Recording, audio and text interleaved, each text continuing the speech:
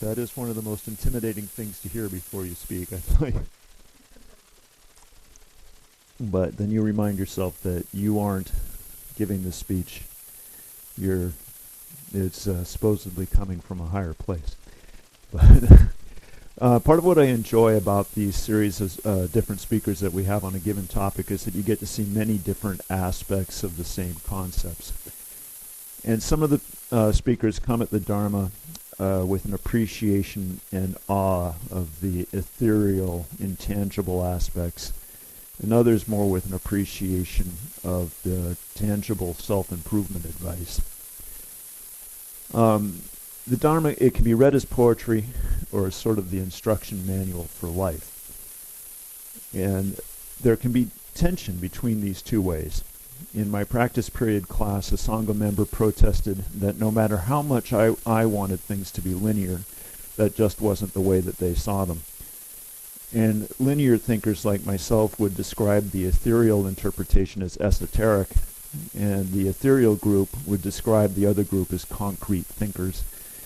And while I freely admit that I come up with this stuff more from the washing machine user's manual version of things, whether you listen to the Dharma and hear the mysterious harmonics of the bell or a satisfying click of things falling into place, the teachings all have value.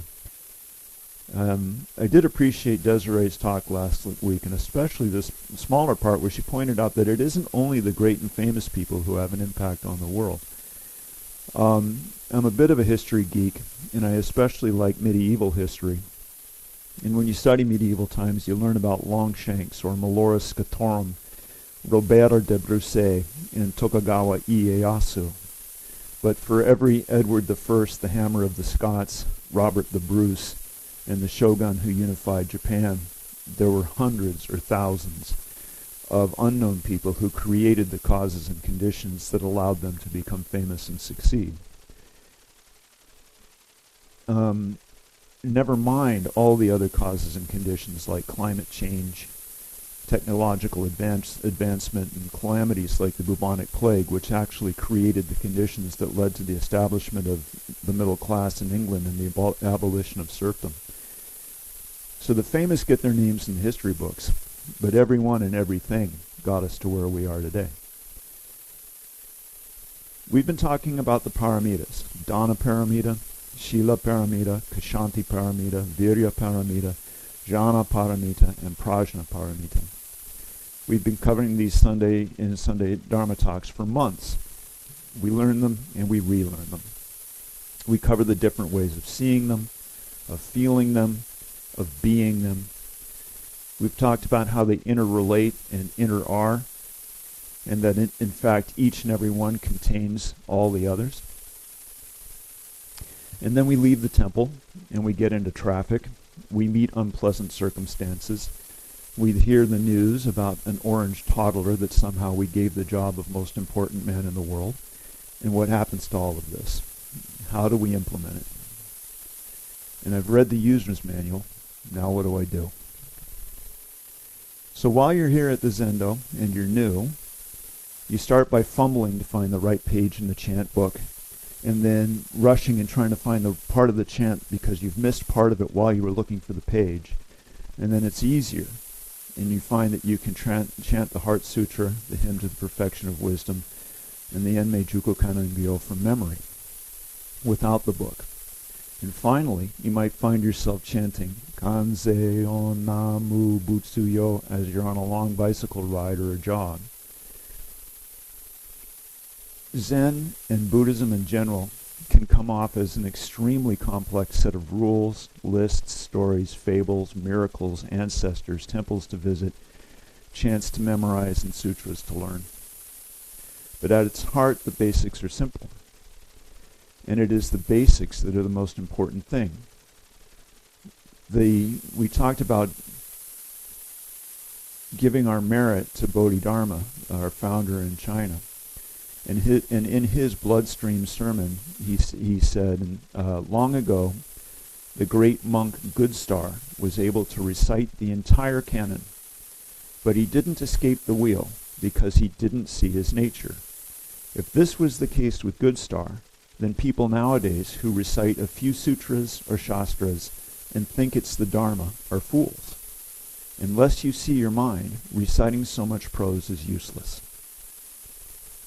I think you don't have much more of an authority than Bodhidharma. Go look at his picture. He's pretty mean. So I've shared before that I also practice Japanese martial arts. And there are many things that the dojo has in common with the Zendo. One of them being a system that in karate are characterized as ranks. 18 years ago, after 5 years of steady practice, I got the karate equivalent of my rakusu when I became Shodan. 13 years ago, I did the equivalent of a practice period and became Nidan. Both Shodan and Nidan in karate are considered to be senpai, senior student. 8 years ago, I obtained novice ordination, or sandan. And a year ago, I was given karate Dharma transmission and became yondan.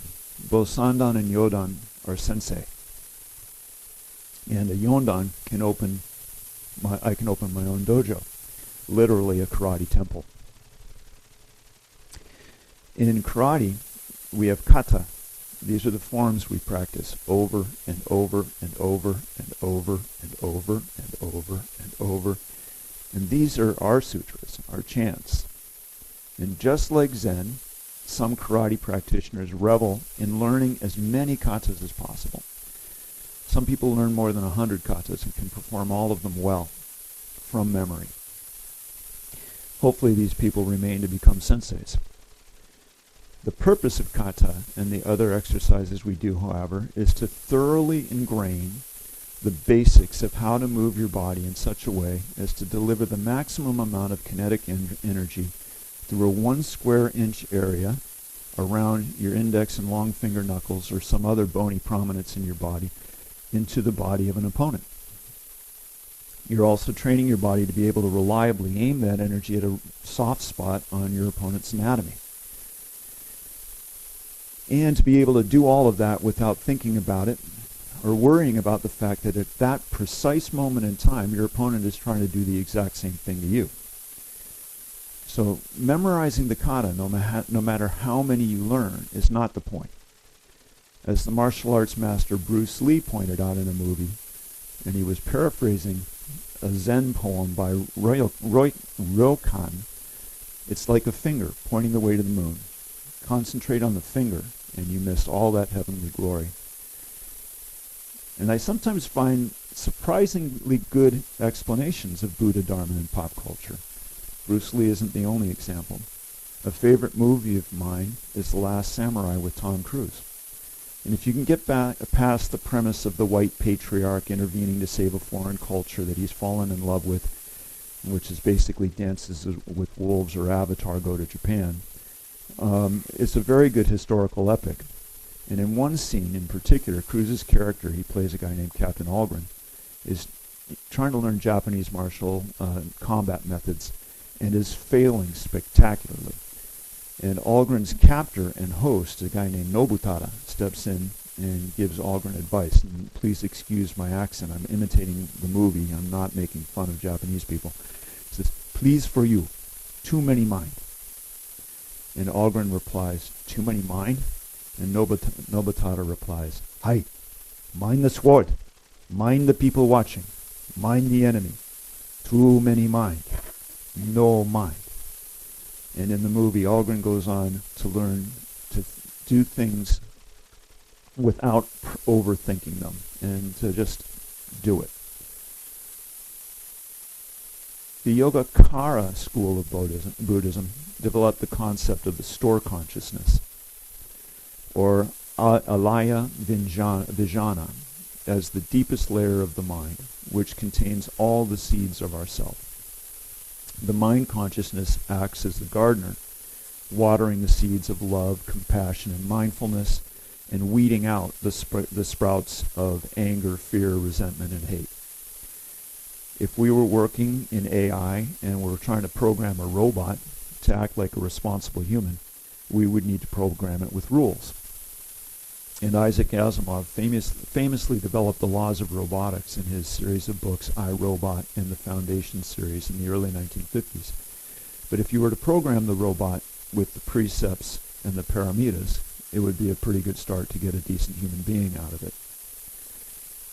So what we do here in the Zendo is preparation. We're developing muscle memory, programming. We don't need to think about the paramitas. By training our mind in the quiet moments here, on the cushion at home, and while we're out on walks and so on, our mind is trained to react the way that we want it to when we face the combat of day-to-day life. At this point, the list, the sutra, the kata falls away, and we can see the moon. If you train in the precepts and train in the paramitas, when a situation arises, you won't need to think which paramita applies here, or how would I use the precepts in this situation. When we leave the Zendo, we have no mind. If you've done the preparation, if we've done our kata, our gardening, and we go into the world and live in the moment, the pathways that have been forged in our biology will help us react according to our training. And sitting in meditation isn't really doing nothing. You're rewiring yourself with every breath. So I have a very short talk for today because it's lovely outside. And rather than have us all discuss things, other than we have brief discussion after this, I would like us to go out into the beautiful day and just experience the paramitas and the precepts as your body has ingrained them from sitting here. And I've always thought of it, I think the stories that we have of sudden enlightenment, I think, are clever advertising. Because we all want to just walk out and boom, everything is just, we got it, right? But I think this process is more, I've likened it to refinishing furniture, just sanding and making it smoother and rubbing off the sharp edges. And sometimes you come and the Sangha rubs off your sharp edges for you. So thank you very much, and that's all I have for you today.